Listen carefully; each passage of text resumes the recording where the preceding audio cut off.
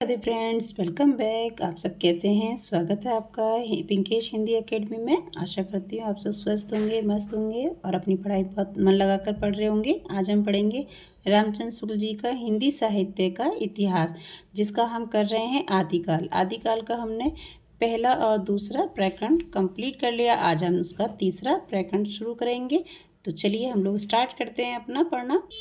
तो हमारा जो प्रकरण है वो कौन सा है? वीर गाथा काल, जो संवत कितने से है? 1050 से 1375 तक। ठीक है, तो हमारा जो तीसरा प्रकरण है वो कौन सा है? देश भाषा काव्य। अब हम इसको पढ़ना शुरू करते हैं। जो हमारी इंपॉर्टेंट लाइन होंगी सिर्फ हम वही पढ़ेंगे इसमें से, क्योंकि ऐसे तो हम बहुत सारी किताब पढ़ सकते हैं, लेकिन हमें सिर्फ इम्पोर्टेंट्स इसमें से सर्च करना है कि हमारे लिए इम्पोर्टेंट क्या है, जो हमारे एग्ज़ाम के लिए होता है। ठीक है, तो मैं आपको लाइन वाइज जो इम्पोर्टेंट चीज़ें हैं वो बताऊंगी। आप सभी नोट्स बनाइए, ओके। और मेरी अगर वीडियो और ये आपको जो पसंद आता है तो प्लीज़ लाइक एंड सब्सक्राइब ज़रूर कीजिए। तो हम लोग पढ़ना शुरू करते हैं कि पहले कहा जा चुका है कि प्राकृत की रूढ़ियों से बहुत कुछ मुक्त भाषा के जो पुराने काव्य। अब पुराने काव्य कौन से हैं? प्राकृत की रूढ़ियों से। ठीक है, ये चीज़ ध्यान रखनी है। जैसे विसलदेव रासो, पृथ्वीराज रासो आजकल मिलते हैं, वे संगठित हैं। इसी संदिग्ध सामग्री को लेकर थोड़ा बहुत विचार हो सकता है। अब इनके ऊपर विचार करेंगे। ठीक है, अब सबसे पहले हम लोग पढ़ेंगे। इम्पोर्टेंट लाइन हमारी कहाँ से है कि जनसाधारण की बोली में गीत दोहे आदि प्रचलित चले आते रहे होंगे, जिन्हें पंडित लोग गवारू समझते रहे होंगे। ठीक है, गवारू मतलब जो गाँव में गाए जाते हैं उसको गवारू भाषा नाम दिया है। ऐसी कविताएं राजभाषाओं तक भी पहुंच जाती रही होंगी। राजा भोज जस मुसरचंद कहने वालों के सिवा देश भाषा में सुंदर भाव भरी कविता करने वाले भी अवश्य ही रहे होंगे। देखिए, बोल रहे हैं कि जो सुंदर भाषाएं, जो कविताएं करते थे वो लोग भी इसी काल में रहे होंगे। राज सभाओं में सुनाए जाने वाले नीति श्रृंगार आदि विषय प्राय दोहों में कहे जाते थे और वीर रस के पद छप्पे में। ठीक है, अब आपसे ये क्वेश्चन पूछा जाता है कि छप्पे में क्या कौन से पद कहे जाते थे? तो वीर रस के पद। ठीक है, जो छप्पे भाषा में कहे जाते थे। राजाश्रित कवि अपने राजाओं के शौर्य, पराक्रम और प्रताप का वर्णन अनूठी उक्तियों के साथ किया करते थे। यानी कि जो राजा थे और उनके पराक्रम, उनका जो शौर्य था, जो उनके युद्ध थे, उनका वर्णन करते थे, उनकी चर्चाएं करते थे, अपने काव्य के अनुसार करते थे, लेकिन बहुत बढ़ा चढ़ा के करते थे। ठीक है, अब ये आप इसको ये देखेंगे कि वीर गाथा काल आके शुक्ल जी ने क्यों दिया, तो हम इस चीज़ में ये हमारा जो क्वेश्चन है वो मिल जाएगा। ठीक है, ये बहुत इंपॉर्टेंट है कि भाई उन्होंने सबके साथ भक्ति काल और सब दिए, लेकिन वीर गाथा काल क्यों दिया था?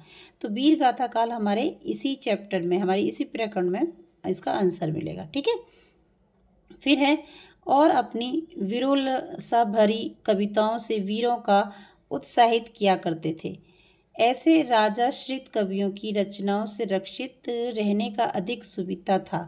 वे राजकीय पुस्तकालयों में भी रक्षित रहती थी। यानी कि जो रचनाएं की जाती थी वो पुस्तकालयों में, जो वहाँ के जो राजकीय पुस्तकालय थे उसमें भी रक्षित रहती थी।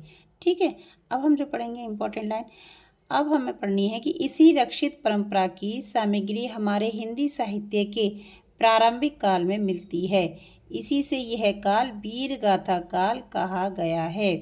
अब वीर गाथा काल यानी कि जो वीरों की चर्चाएं हुई, उनका श्रृंगार, उनको दोहों के अनुसार कवियों ने उनकी जो युद्ध होते थे, जो जीत के आते थे वो लोग, तो उनको क्या बोला उन लोगों ने? शुक्ल जी ने उसको वीर गाथा काल बोला, क्योंकि कवि जो थे वो बढ़ा चढ़ाकर उनको प्रोत्साहित करते थे उनकी रचनाओं के अनुसार। ठीक है, अच्छा, फिर है हमारा कि गुप्त साम्राज्य के ध्वस्त होने पर हर्षवर्धन मृत्यु संवत 704 के उपरांत भारत का पश्चिमी भाग ही भारतीय सभ्यता और बल वैभव का केंद्र हो रहा था। कन्नौज, अजमेर, अहिलवाड़ा आदि बड़ी बड़ी राजधानियां उधर ही प्रतिष्ठित थीं। उधर की भाषा ही शिष्ट भाषा मानी जाती थी। कहाँ की? कन्नौज और अजमेर की साइड की जो भाषा थी वो शिष्ट भाषा में आती थी। और कवि चारण आदि उसी भाषा में रचना करते थे। प्रारंभिक काल का जो साहित्य हमें उपलब्ध है उसका आविर्भाव उसी भूभाग में हुआ। किसका? जो प्रारंभिक काल का जो साहित्य मिला हुआ है। अच्छा, फिर हम लोग इम्पोर्टेंट चीज़ें इसमें देखते हैं। फिर हमें इम्पोर्टेंट चीज़ें मिलती हैं कि आना के पुत्र विसल देव विग्रहराज चतुर्थ। देखिए इसमें जो विसल देव बोले गए हैं, चतुर्थ, प्रथम, द्वितीय, ये भी बोले गए हैं। ठीक है, तो हम लोगों को ये ध्यान रखना है किसको बोला है। आना के पुत्र विसल देव विग्रहराज चतुर्थ के समय में वर्तमान किशनगढ़ राज्य तक मुसलमानों की सेना चढ़ आई, जिसे परास्त कर विसल देव आर्यव्रत से मुसलमानों को निकालने के लिए उत्तर की ओर बढ़ा। विसलदेव कहाँ की ओर बढ़े थे? उत्तर की ओर। उसने दिल्ली और झांसी के प्रदेश अपने राज्य में मिलाए और आर्यवत के भूबड़े भाग में मुसलमान निकाल दिए। अशोक लेख वाले शिवालिक स्तंभ पर खुदे हुए विसल देव के क्या मिलते हैं? 1220 के लेख से पाया जाता है।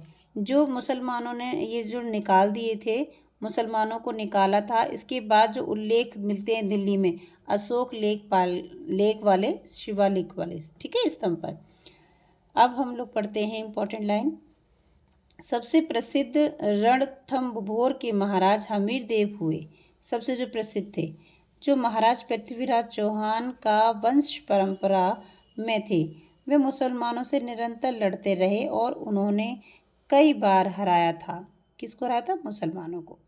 सारांश यह है कि पठानों के शासनकाल तक हिंदू बराबर स्वतंत्रता के लिए लड़ते रहे। ठीक है, अब हम यहाँ पे पढ़ते हैं कि राजा भोज की सभा में खड़े होकर राजा की दानशीलता का लंबा चौड़ा वर्णन करके लाखों रुपये पाने वाले कवियों का समय बीत चुका था। राज दरबारी में शास्त्रों की यह धूम नहीं रह गई थी। ठीक है, राजा भोज की सभा में खड़े होकर, ये मतलब जो कवि तो पहले थे बड़ा चढ़ा के बोलते थे, अब उनकी जो था अब वो कम होता जा रहा था। ठीक है, अच्छा, अब हम नेक्स्ट पढ़ते हैं। इस दशा में काव्य का साहित्य के और भिन्न भिन्न अंगों की पूर्ति और स्मृति का सामुदायिक प्रयत्न कठिन था। उस समय तो केवल वीर गाथाओं की उन्नति संभव थी। इस रचनाओं का विचार छोड़कर यहाँ वीरागात्मक प्रबंध काव्यों का ही उल्लेख किया जाता है। ठीक है, वीर गाथात्मक, ठीक है, प्रबंध काव्यों का, ये चीज़ ध्यान रखेंगे। जैसे यूरोप में वीर गाथाओं का प्रसंग युद्ध और प्रेम रहा, वैसे ही यहाँ भी था। किसी राजा के कन्या के रूप का संवाद पाकर दल बल के साथ चढ़ाई करना और प्रतिपक्षियों को पराजित कर उस कन्या को हर कर लाना।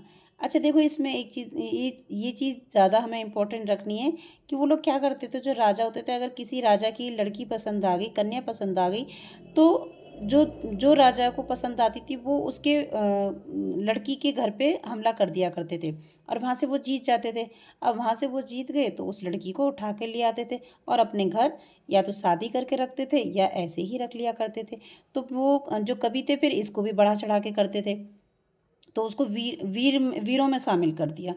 अब इसमें बोला गया कि गौरव और अभिमान का काम माना जाता था, यानी कि किसी की लड़की उठा लाना, किसी के देश पर चढ़ाई कर देना और उसको हरा देना और उसके घर में जो भी लड़की है जो पसंद आ गई है उसको उठा के ले आना, उसको ये लोग क्या मानते थे? उसको वीरों जैसा मानते थे कि भाई वीरों वाला काम किया है इन लोगों ने, कि उसकी लड़की उठा लाए या उससे शादी कर ली या उसे बिना शादी के ही रखा। देखिए कितनी मतलब बहुत बड़ी बात है कि किसी की भी लड़की को इस तरीके से रखते थे पहले के लोग। फिर इन काव्यों में श्रृंगार का भी थोड़ा मिश्रण रहता था, पर गौड़ रूप में प्रधान रस वीर ही रहता था, यानी कि सबसे पहले वीर रस को ही आगे रखा जाता था, श्रृंगार रस को बाद में, वो सहायक रूप में रखा रहता था। ठीक है, जहाँ राजनीतिक कारणों से भी युद्ध होता था वहाँ भी उन कारणों का उल्लेख ना कर कोई रूपवती स्त्री ही का कारण कल्पित करके रचना की जाती थी। मतलब अगर उनकी कोई दुश्मनी भी होती थी, राजनीतिक के कारण भी अगर युद्ध होते थे तो जो कवि होते थे वो क्या करते थे, फिर भी कहीं ना कहीं लड़की को ही बीच में लाके उनकी कल्पित रचना करते थे कि भाई उसके कारण इन राजा ने वहाँ के राजा को हरा दिया और युद्ध छेड़ दिया। देखिए मतलब सबकी सोच कहाँ घूमती है, एक स्त्री के ही आसपास घूमती है। जैसे साहबुद्दीन के यहाँ से एक रूपवती स्त्री का पृथ्वीराज के यहाँ आना ही लड़ाई की जड़ लिखी गई है। ठीक है। हमीर पर अलाउद्दीन की चढ़ाई का भी ऐसा ही कारण कल्पित किया गया है। कहाँ पे? हमीर पर। इस प्रकार इन काव्यों में प्रथा अनुकूल कल्पित घटनाओं की बहुत अधिक योजना रहती थी। यानी कि वो बहुत कल्पनाओं में जीते थे ये लोग। रियलिटी कम होती थी और कल्पनाओं में ज़्यादा कविताएं लिखी जाती थी, ज़्यादा उनकी बढ़ा चढ़ाकर चर्चाएं की जाती थी। तो इसलिए ये वीर गाथाएं दो रूपों में मिलती हैं। अब ये वेरी इंपॉर्टेंट क्वेश्चन है आपका। एक तो मिलती है प्रबंध काव्य के साहित्यिक रूप में और वीर गीतों वेलाडस के रूप में। ठीक है, वीर गीतों के रूप में और प्रबंध काव्य के रूप में। वीर गाथाएं दो रूप में मिलती हैं। साहित्यिक प्रबंध के रूप में जो प्राचीन ग्रंथ उपलब्ध हैं वह कौन से हैं? पृथ्वीराज रासो। वीर गीत के रूप में हमें सबसे पुराने पुस्तक कौन से मिलते हैं? विसलदेव रासो। अब देखिए, आपको पृथ्वीराज रासो भी आपने नाम सुना है और विसलदेव रासो भी आपने नाम सुना है, लेकिन इसमें क्या बोला गया है कि वीर गीत के रूप में कौन सा आपको पुस्तक मिलेगी? विसलदेव रासो।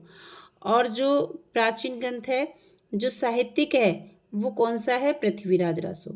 ठीक है, तो ये दोनों में आपको ध्यान रखना है कि कौन सा वीर गीत के रूप में आता है और कौन सा साहित्यिक प्रबंध के रूप में आता है। ठीक है, उसमें समानुसार भाषा के परिवर्तन का आभास मिलता है। जो रचना कई सौ वर्षों में लोगों में बराबर गाई जाती रही है, उसकी भाषा अपने मूल रूप में नहीं रह सकती। उसका प्रत्यक्ष उदाहरण आला है, जिसके गाने वाले प्राय समस्त उत्तरी भारत में पाए जाते हैं। अब आपसे पूछा जाता है कि आलाखंड कहाँ गाया जाता है, तो आप बता सकते हैं कि उत्तरी भारत में आलाखंड गाया जाता है। आलाखंड जो है वो एक गाने वाला जो पद है वो है। ठीक है, काव्य, इसको गा के ही बताया जाता है। अब हम लोग पढ़ते हैं कि जिसकी या तो प्रतियां मिलती हैं या कहीं उल्लेख मात्र पाया जाता है। ठीक है, यह ग्रंथ रासो कहलाते हैं। कुछ लोग इस शब्द का संबंध रहस्य से बताते हैं, पर विसलदेव रासो में काव्य के अर्थ में रसायन शब्द बार बार आया है। अतः हमारी समझ में इसी रसायन शब्द से होते होते रासो हो गया। ये देखिए शुक्ल जी ने बोला है ना, ये चीज़ें आपको ध्यान रखने वाली बात है। देखो, छोटे से ही पैराग्राफ में 2-3 क्वेश्चन हमारे निकल जाते हैं, तो इसलिए मैं आपको लाइन वाइज पढ़ा रही हूँ और जो इम्पोर्टेंट हैं लाइन वाइज वही पढ़ा रही हूँ, ताकि जो आपके पेपर में आपको हेल्प कर पाएँ। ठीक है, तो वीडियो को प्लीज़ लाइक एंड सब्सक्राइब ज़रूर कीजिए, क्योंकि मैंने आपके लिए पहले अंडरलाइन किया हुआ है ताकि आप इम्पोर्टेंट पॉइंट को नोट कर पाएँ। अब हम पढ़ते हैं कुमार रासो। ये कब के हैं? ये संवत 810 के बीच में। ये चित्तौड़, रावल, खुमान नाम के तीन राजा हुए हैं। कौन से? कर्नल टाट ने इनको एक मानकर इनके युद्धों का विस्तार से वर्णन किया है। उनके वर्णन का सारांश यह है कि काल भोज बापा के पीछे खुमार गद्दी पर बैठा। ये तो कर्नल का है, ये इतना इम्पोर्टेंट नहीं है। ठीक है, अब हमें इम्पोर्टेंट देखना है कि दलपत विजय नामक किसी कवि और रचित खुमार रासो के आधार पर लिखा गया जान पड़ता है, पर इस समय खुमार रासो की जो प्रति प्राप्त है वह अपूर्ण है। ठीक है, खुमार रासो की जो प्रति मिलती हैं वो पूर्ण नहीं मिलती हैं। ठीक है, अपूर्ण मिलती हैं, तो इसलिए हम इसको सिर्फ नाम ही बोल पाते हैं कि आदिकाल के कौन से ग्रंथ है, तो खुमार रासो। लेकिन इसकी पूर्ण ग्रंथ, इसकी जो लिखावट थी, जो काम था, वो नहीं मिला। ठीक है, तो ये अपूर्ण है। उसमें महाराणा प्रताप सिंह तक का वर्णन है। काल भोज बापा से लेकर तीसरे खुमार तक की वंश परंपरा इस प्रकार है। ये भी हमारे लिए ज़्यादा इम्पोर्टेंट नहीं है। अच्छा, अब और देखते हैं क्या इम्पोर्टेंट है। फिर है, यदि किसी कुमार ने अलमामू की सेना से लड़ाई हुई होगी तो उसी के नाम पर खुमार रासो की रचना हुई होगी। मतलब किसी से लड़ाई हो गई होगी कुमार से, अलमासू से, तो खुमार रासो उसी के नाम पर पड़ा है। यह नहीं कहा जा सकता कि इस समय जो कुमार रासो मिलता है उसमें कितना अंश पुराना है। ठीक है, मतलब कि इसके जो लिखित दस्तावेज थे वो नहीं मिलते हैं। अब हम लोग देखते हैं कि इसमें और थोड़ा सा इम्पोर्टेंट एक चीज़ देख लेते हैं कि अज्ञातनामा भाट ने कुमार रासो नामक काव्य ग्रंथ लिखा जिसमें श्री रामचंद्र से लेकर खुमार तक के युद्धों का वर्णन था। यह नहीं कहा जा सकता कि दलपत विजय असली कुमार रासो का रचयिता था। कौन था? दलपत विजय असली कुमार रासो का रचयिता था। ध्यान रखेंगे, उसके पीछे परिशिष्ट था। ठीक है, मतलब कि वो सिर्फ बताया गया है और ये किसी को नहीं पता कि असली रचयिता इसके कौन है। ठीक है, अब आ जाते हैं हम लोग दूसरे पे, विसल देव रासो। ये नरपति नाला कवि विग्रहराज चतुर्थ उपनाम विसल देव का समकालीन था। कदाचित यह राजकवि था। इसने विसल देव रासो नामक एक छोटा सा ग्रंथ कितने पृष्ठों में लिखा था? 100 पृष्ठों में। ठीक है, ग्रंथ लिखा जो वीर गीत के रूप में है। ग्रंथ में निर्माण काल यो दिया है, मतलब इसका जो जो इसमें पद दिए हैं वो इस प्रकार हैं कि 12 से बहुत्रा मझारी जेठ बंदी नवी बुधवारी। अब बुधवारी क्या है कि बुध का दिन है, जेठ बंदी नवी और बुधवार का दिन है। ठीक है, नाला रसायन आर भंगी शारदा तुठी ब्रह्मा कुमारी। 12 से बहुत्रा का स्पष्ट अर्थ है कि 1212 है।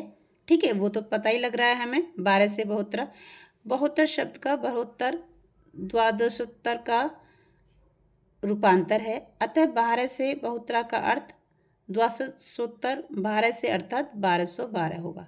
ये इतना इम्पोर्टेंट नहीं है, बस उसका जो दोहा था वही आता है, उसी के बारे में पूछते हैं, बाकी ऐसा नहीं पूछते। अच्छा, जो है अब हम वो पढ़ते हैं। फिर है कि विसल देव रासों में 4 खंड, ये हमारे लिए इम्पोर्टेंट है। ठीक है, विसल देव रासों में 4 खंड हैं। यह काव्य लगभग 2000 चरणों में समाप्त हुआ है। इसकी कथा का सार इस प्रकार है। आपके पेपर में ये चारों पूछे जाते हैं कि पहला खंड में क्या पूछा गया है। पहले खंड में क्या है कि मालवा के भोज परमार की पुत्री राजमती से सांभर के विसल देव का विवाह होना। ठीक है, सांभर के विसल देव का विवाह होना। फिर है सेकंड, विसल देव का राजमती से रूठकर उड़ीसा की ओर प्रस्थान करना तथा वहाँ 1 वर्ष रहना, विसल देव का। ठीक है, किससे रूठे? राजमती से। फिर है तीसरा खंड है राजमती का विरह वर्ण तथा विसल देव का उड़ीसा से लौटना, तीसरा खंड है। इसके खंड आपको पता होने चाहिए कि पहले खंड में क्या पॉइंट बोला गया है, दूसरे खंड में क्या बात बोली गई है, तीसरे खंड में क्या बोला, चौथे में क्या बोला है। ठीक है, ये आपको पता होना चाहिए, वेरी इंपॉर्टेंट क्वेश्चन है ये।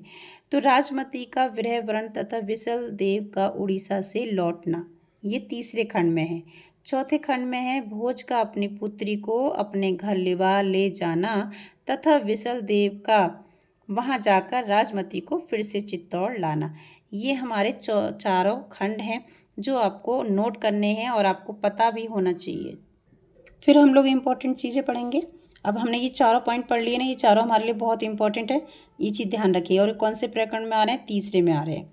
ये भी सब चीज़ें पता होनी चाहिए हमें। अब आ जाते हैं कि विसल देव का विवाह और उनका उड़ीसा जाना। इनमें से पहली बात तो कल्पना प्रसूत प्रतीत होती हैं, यानी कि ये सब बातें कल्पना के अनुसार हैं। विसल देव से 100 वर्ष पहले ही धार के प्रसिद्ध परमार राजा भोज का देहांत तो हो चुका था। किसका? धार के प्रसिद्ध परमार राजा भोज का। उनकी कन्या के साथ विसल देव का विवाह किसी पीछे के कवि की कल्पना ही प्रतीत होती है। ये शुक्ल जी बोल रहे हैं, देखिए। उस समय मालवा में भोज नाम का कोई राजा नहीं था। विसल देव की एक परमार वंश की रानी थी। यह बात परंपरा से अवश्य प्रसिद्ध चलती आती थी, क्योंकि इसका उल्लेख पृथ्वीराज रासों में भी है। ठीक है, तो ये चीज़ें ये भी आपको पता होना चाहिए कि ये सिर्फ काल्पनिक था और कुछ भी नहीं था कोई, पर ये ठीक है। और हमारे लिए तो ये इम्पोर्टेंट है ना कि हमारे एग्ज़ाम में पूछा जाता है ये सब चीज़ें कि चारों खंड में से क्या क्या बोला गया है। बाकी ये काल्पनिक चीज़ें हैं, तो इनका ऐसा कोई इम्पोर्टेंट नहीं है। फिर हमारे लिए इम्पोर्टेंट जो चीज़ें हैं वो ये हैं कि यहाँ से हम लोग करते हैं कि इनके वीर चरित्र का बहुत कुछ वर्ण इनके राजकवि सोमदेव रचित ललित विग्रह राज नाटक जो संस्कृत में है। इसका कुछ अंश बड़ी बड़ी शिलाओं पर खुदा हुआ मिला है और राजपुताना म्यूजियम में सुरक्षित है। ठीक है, ये भी चीज़ ध्यान रखने की कहाँ सुरक्षित है। पर नाहला के इस विशल देव में जैसा कि होना चाहिए था, ना तो उक्त वीर राजा की ऐतिहासिक चढ़ाइयों का वर्ण है, किसमें, विशल देव में, ना उसके शौर्य पराक्रम का, श्रृंगार रस की दृष्टि से विवाह रूट कर विदेश जाने का तो प्रसूतित पतिका के वर्ण के लिए, यानी कि मनमाना वर्ण है, यानी कि ये सिर्फ अपनी मर्जी से वर्ण किया हुआ है, ये किताबी नहीं है। ठीक है, ये सिर्फ कल्पना से किया हुआ है। अतः इस छोटी सी पुस्तक को विशल देव ऐसे वीर का रासो कहना खटकता है, यानी कि विशल देव को रासो, जो रासो अंदर की कितना बड़ा रास लीला कितनी बड़ी होगा, ये कहना खटकता है, जबकि ये 100 पेज में ही है। ठीक है, पर जब हम देखते हैं कि यह कोई काव्य ग्रंथ नहीं है, ये काव्य ग्रंथ नहीं है, केवल गाने के लिए इसे रचा गया है, तो बहुत कुछ समाधान हो जाता है। तो विशल देव को गा के बताया जाता है, ना कि ये कोई ग्रंथ है। ठीक है, अब हम लोग पढ़ते हैं कि राजस्थान में भी व्यवहार होता था। साहित्य की सामान्य भाषा हिंदी ही थी, जो पिंगल भाषा कहलाती थी। ठीक है, साहित्य की सामान्य भाषा कौन सी है, हिंदी, जो क्या कहलाई, पिंगल भाषा कहलाती है। विशल देव रासों में भी बीच बीच में बराबर बराबर इस साहित्यिक भाषा हिंदी को मिलाने का प्रयत्न दिखाई पड़ता है, किसमें, विशल देव में। भाषा की प्राचीनता पर विचार करने के पहले ये बात ध्यान में रखनी चाहिए कि गाने की चीज़ होने के कारण इसकी भाषा में समयानुसार बहुत कुछ फेर फार होता आया है, यानी कि इसमें बदलाव भी हो जाता है, क्योंकि ये गाई जाती है। ठीक है, अब हम इसकी इम्पोर्टेंट और चीज़ें देखेंगे, क्योंकि ये तो इम्पोर्टेंट नहीं है, ये तो ऐसा ही बताया जा रहा है बस। तो हम लोग इम्पोर्टेंट चीज़ें देखते हैं इसमें। जैसे यहाँ से है कि इससे यह सिद्ध हो जाता है कि प्रादेशिक बोलियों के साथ साथ ब्रज या मध्य देश की भाषा का आश्रय लेकर एक सामान्य साहित्यिक भाषा भी स्वीकृत हो चुकी थी, जो चारणों में पिंगल भाषा के नाम से पुकारी जाती है। साहित्यिक भाषा कैसी बोली जाती है, पिंगल भाषा। ठीक है, अपभ्रंश के योग से शुद्ध राजस्थानी भाषा को जो साहित्यिक रूप का वह डिंगल कहलाता है।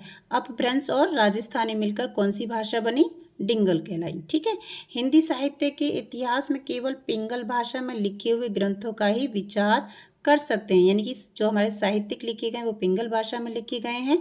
दूसरी बात जो कि साहित्य से संबंध रखती है, वीर और श्रृंगार का मेल है।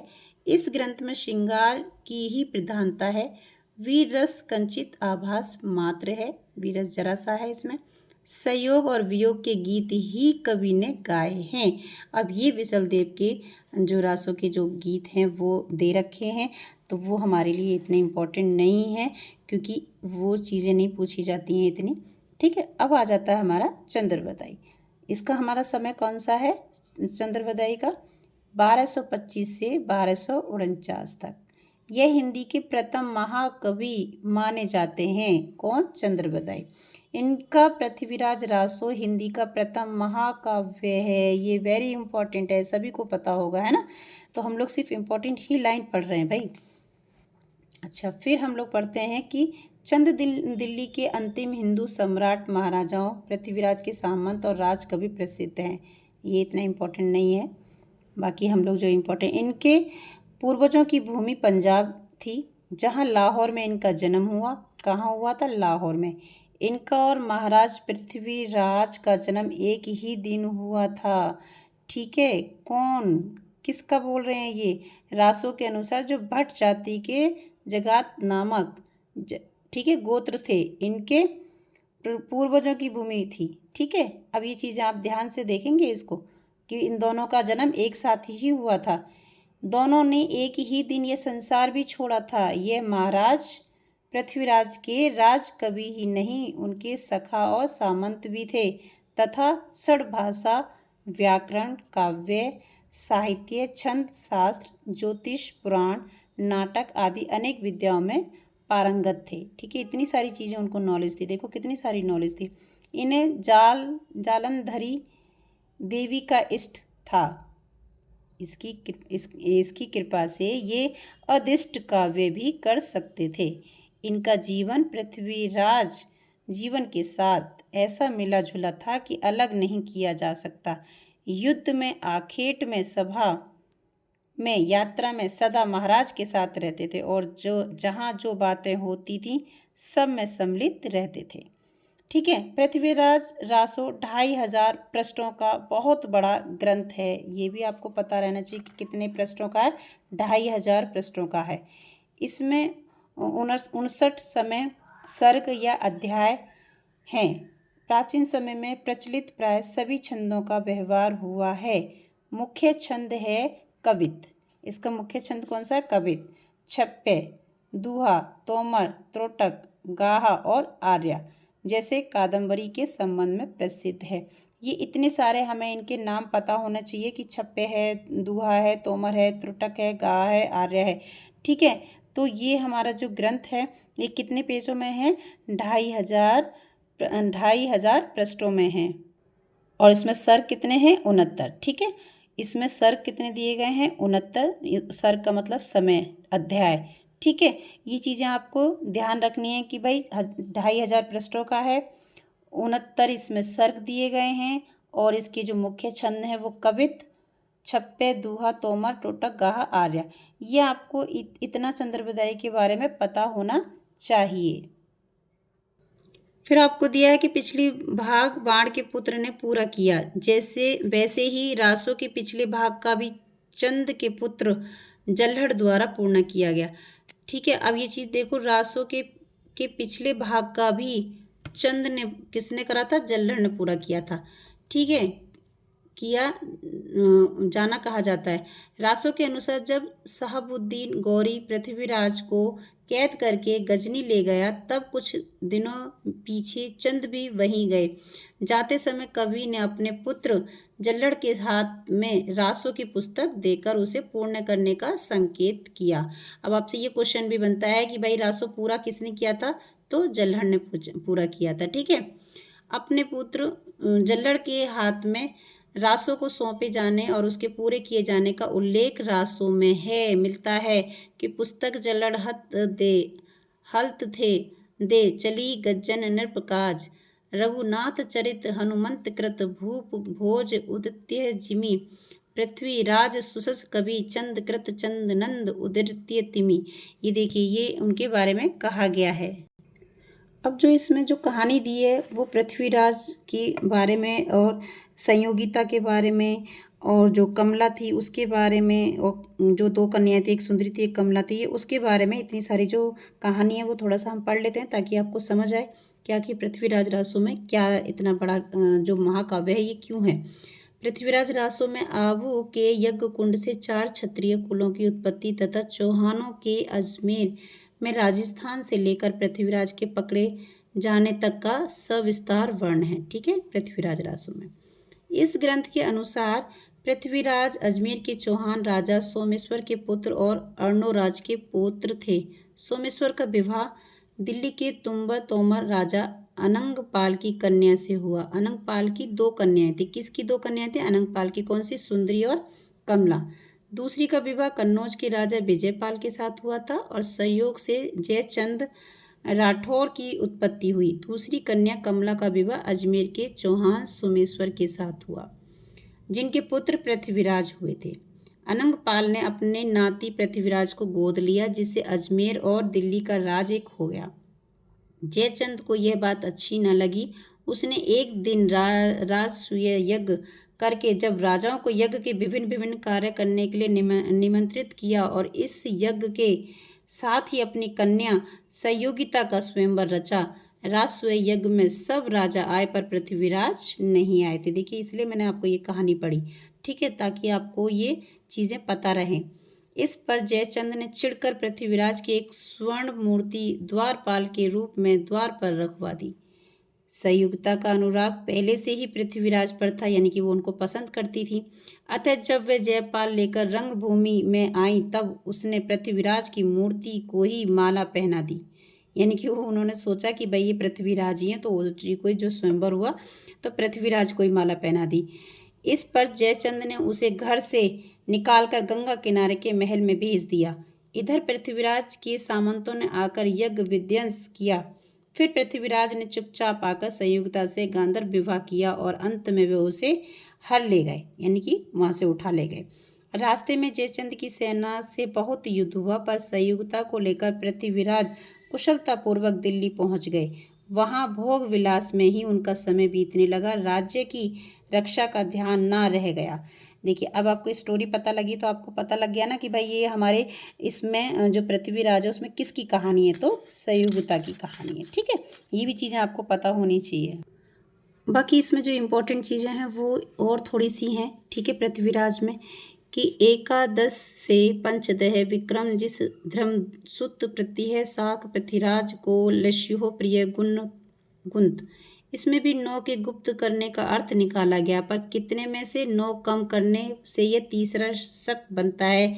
यह नहीं कहा कि दूसरी बार की गुण कुंत ब्राह्मण का नाम गुण गुप्त प्रतीत होता है। ये भी इतना इम्पोर्टेंट नहीं है। यहाँ आते हैं हम, इतिहास विरुद्ध कल्पित घटनाएं जो भरी पड़ी हैं उनके लिए क्या कहा जा सकता है। माना कि रासो इतिहास नहीं है, काव्य ग्रंथ है, पर काव्य ग्रंथों में सत्य घटनाओं में बिना किसी प्रयोजन कोई उलटफेर नहीं किया जाता। जयानक का पृथ्वीराज विजय भी तो काव्य ग्रंथ ही है, फिर उसमें क्यों घटाएं और नाम ठीक ठीक है। इस संबंध में इसके अतिरिक्त और कुछ कहने की जगह नहीं। यह पूरा ग्रंथ वास्तव में जाली है। तो अब आपसे क्वेश्चन पूछा जाता है कि शुक्ल जी ने कौन से ग्रंथ को जाली बोला है, तो किसको बोला है, पृथ्वीराज रासो को जाली बोला गया, चंद्रवदाई का। ठीक है, यह हो सकता है जो चंद्रवदाई का है पृथ्वीराज रासो, उसको क्या बोला, जाली बोला है। ठीक है, ये चीज़ें नोट कर लेनी है आपको। यह हो सकता है कि इसमें इधर उधर कुछ पद चंद के भी बिखरे हो, पर उनका पता लगाना असंभव है। यदि यह ग्रंथ किसी समसामयिक कवि का रचा होता, इसमें कुछ थोड़े से अंश ही पीछे से मिले होते तो कुछ घटनाएं और कुछ संबंध तो ठीक होते, यानी कि कुछ साल ठीक होते, कुछ घटनाएं ठीक होती अगर ये वाकई में किसी कवि ने करा होता। ठीक है, अब आ जाता है इसमें कि पृथ्वीराज की सभा में चंद का नाम कोई कवि था या नहीं। पृथ्वीराज विजय के कर्ता जयानक ने पृथ्वीराज के मुख्य भाट का बंदीराज का नाम पृथ्वी भट्ट लिखा है, चंद का नाम उसमें कहीं नहीं लिया। पृथ्वीराज विजय के 5वें सर्ग में ये श्लोक आया है, ये 5वें सर्ग में श्लोक आया। ये इतना इम्पोर्टेंट नहीं है, जो मैंने अभी ऊपर पढ़ा था वो इम्पोर्टेंट है। फिर है भाषा की कसौटी पर यदि ग्रंथ को कसते हैं तो और भी निराश होना पड़ता है। ये हमारे प्रीवियस क्वेश्चन में आता है और आया भी है, और मुझे लगता है नेक्स्ट कभी आएगा भी, क्योंकि वह बिल्कुल बेठिकाने हैं, उसमें व्याकरण आदि की कोई व्यवस्था नहीं है। ये इतना दे दिया जाता है। ठीक है, इसमें से, और आप पूछा जाता है कि भाई ये किसने कहा, या फिर ये पूछा जाता है किसके लिए कहा।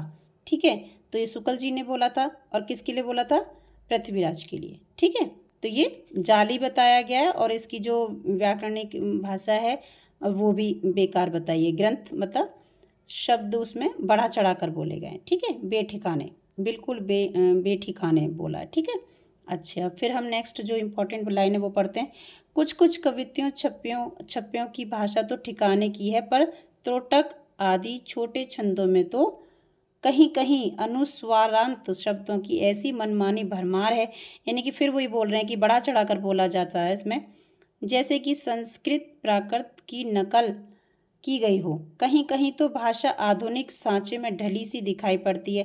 देखिए, ये लाइन फिर इम्पोर्टेंट आ गई आपके लिए। एक ये इतने से पैराग्राफ में 2 क्वेश्चन निकल गए ना, एक ये और एक ये। ठीक है, ठीक है, दिखाई पड़ती है, क्रियाएं नए रूपों में मिलती हैं। बाकी और इतना इम्पोर्टेंट नहीं है। ये लाइन इम्पोर्टेंट है और ये लाइन इम्पोर्टेंट है, और जो मैंने आपको बताई अभी ये वाली लाइन इम्पोर्टेंट है। ठीक है, तो हमें इम्पोर्टेंट पे ज़्यादा फोकस करना है। इतना मैं सिर्फ आपको इसलिए पढ़ा रही हूँ ताकि कोई चीज़ हमसे छूट ना जाए। अब हम लोग जो पढ़ते हैं थोड़ा सा और इम्पोर्टेंट देखते हैं, फिर वीडियो ज़्यादा बड़ी हो जाएगी तो हम इसकी नेक्स्ट और पार्ट इसका बनाऊँगी। ठीक है, तो इसमें हम पढ़ते हैं कि जिसमें प्राकृत और अपभ्रंश शब्दों के साथ साथ शब्दों के रूपों को विभक्तियों के चिन्हों में पुराने ढंग के हैं। ये भी सब इम्पोर्टेंट नहीं है। ठीक है, महामहोपाध्याय पंडित हर प्रसाद शास्त्री ने 1909 से 1913 तक राजपुताने में प्राचीन ऐतिहासिक काव्यों की खोज में 3 यात्राएं की थी। उनका विवरण बंगाल की एशियाटिक सोसाइटी ने छापा। उस विवरण में पृथ्वीराज रासो के विषय में बहुत कुछ लिखा है और कहा गया है कि कोई कोई तो चंद के पूर्व पुरुषों को मगध से आया हुआ बताते हैं। इनकी फिर वही बढ़ा चढ़ा के हैं, कोई कुछ कहता है कोई कुछ कहता है, पर पृथ्वीराज रासो में लिखा है कि चंद का जन्म लाहौर में हुआ था। कहते हैं कि चंद पृथ्वीराज के पिता सोमेश्वर के समय में राजपुताने में आया और पहले सोमेश्वर का दरबारी और पीछे से पृथ्वीराज का मंत्री, सखा और राज कवि हुआ। ये भी हमारे लिए ज़्यादा इम्पोर्टेंट नहीं है, बस थोड़ा सा ये इम्पोर्टेंट है। अब आ जाता है कि ये आपको जो बना के दी हुई है कि भाई पहले चंद्रवदाई है, फिर जलचंद है, फिर सीताचंद हैं, ये फिर वीरचंद हैं, ये हरिचंद हैं, ये रामचंद्र हैं, फिर इनके पार्ट दे दिए गए हैं। तो ये इतना इम्पोर्टेंट नहीं है भाई, ठीक है। अब ये सब चीज़ें इनके चंद के ये वंशज हैं जो हमारे लिए इम्पोर्टेंट नहीं है। और नेक्स्ट हमारे लिए क्या इम्पोर्टेंट नहीं है, फिर ये भी दे रखे हैं कि चौथे चंद और बैनी चंद, और ये भी सब इम्पोर्टेंट नहीं है, कुछ भी जो हमारे लिए दे रखा है, ठीक है। ये सब भी कोई इम्पोर्टेंट नहीं है, तो हमें सिर्फ इम्पोर्टेंट पढ़ना है। अब हम जो पढ़ेंगे वो नेक्स्ट उनका जो पढ़ेंगे, अब हमने जो 3 पढ़ लिए चंद्रवदाई तक, ठीक है, पृथ्वीराज रासो का पढ़ लिया। अब हम नेक्स्ट वीडियो में इनका पार्ट 2 करेंगे, तो प्लीज़ लाइक एंड सब्सक्राइब ज़रूर कीजिए। धन्यवाद। राधे राधे।